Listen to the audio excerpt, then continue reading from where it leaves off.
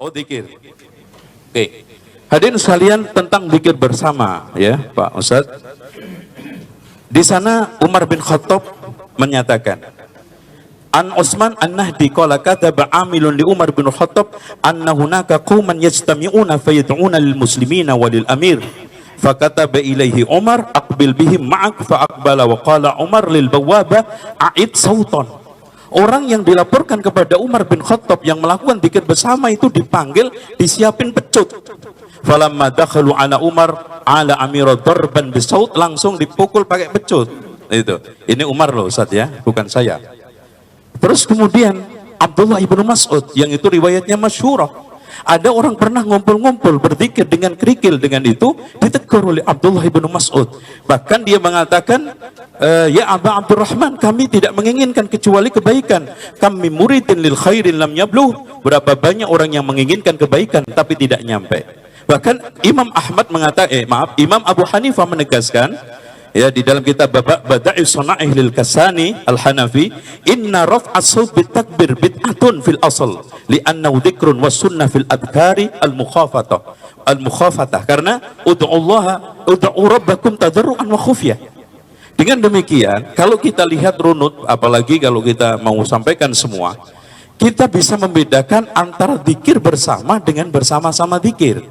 Di antara teman-teman kita yang melakukan zikir bersama memakai hadis-hadis yang ada di dalam Sahih Bukhari Muslim itu digunakan untuk sebagai dalil alasan zikir bersama. Salah, itu hanya menjelaskan bersama-sama zikir. Ayo di tempat ini jangan sampai nggak zikir. Yang ini baca sholawat, yang ini baca tasbih. Yang penting sama-sama zikir. Jangan bengong lagi itu. Bukan zikir bersama-sama. Kalau zikir bersama-sama itu konteksnya beda. Inilah yang dimaksud Umar, inilah yang dimaksud Abu Hanifah, ya, bahwa beliau melarang tentang masalah itu. Nah, kalau sekarang dalil tentang zikir setelah sholat itu merupakan suatu, ini telah ditegaskan oleh Imam An-Nawawi bahwa Imam Syafi'i menganjurkan untuk mengeraskan li ajli ta'lim, hanya untuk mengajar sesekali aja. Itu dinukil juga oleh Imam Ibnu Hajar di dalam Fathul Barinya. Oleh karena itu, permasalahan zikir bersama, titik permasalahannya yang kita harus dudukkan adalah bersama-sama zikir atau zikir bersama-sama dulu. Karena nas-nas yang telah diturunkan oleh hadis-hadis baik dari Quran juga, fadkuruni adkurkum, dan juga faida afattum min arafatin fadkurullaha, dan juga hadis Rasulullah, dan juga pernyataan Umar dan pernyataan Abu Hanifah dan ulama yang lainnya. Maksudnya bersama-sama zikir, bukan zikir bersama-sama. Wallahu a'lam. Masalah doa bersama berkumpul-kumpul bisautin wahid, membaca Al-Quran dengan bisautin wahid, itu juga ada riwayat yang membolehkan. Misalnya hadis yang dijadikan sandaran oleh Imam Nawawi, majtama'a qaumun fi baitin min buyutillah yatluna kitaballah. Suatu kaum berkumpul dalam rumah-rumah Allah, mereka membaca kitab Allah, berarti mereka membaca bersama. Membaca bersama ini boleh jadi baca sendiri-sendiri, juga boleh jadi membaca bareng-bareng.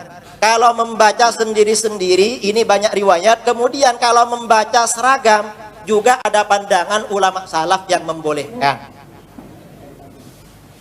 Ini misalnya ada riwayat dari Abu Darda kan yadrusul Quran ma'ahu nafarun yaqra'una jami'an. Dia mempelajari Al-Quran bersama beberapa orang, semuanya membaca. Wa rawabnu Abi Dawud fi dirasah mujtami'in an jama'atin min afadilis salaf wal khalaf wa qudatil mutakallimin.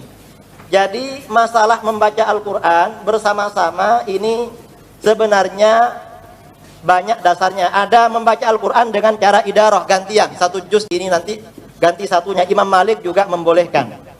Kemudian masalah riwayat dari Umar bin Al-Khattab tadi, riwayat dari Umar bin Al-Khattab tadi dan riwayat dari Abdullah bin Mas'ud, kata para ulama, kata Imam Jalaluddin As-Suyuti, yang melarang zikir jamaatan, zikir bersama secara bareng-bareng, itu bertentangan dengan dalil-dalil hadis yang beliau sampaikan, seperti yang beliau sampaikan di dalam kitabnya Al-Hawi fil Fatawi.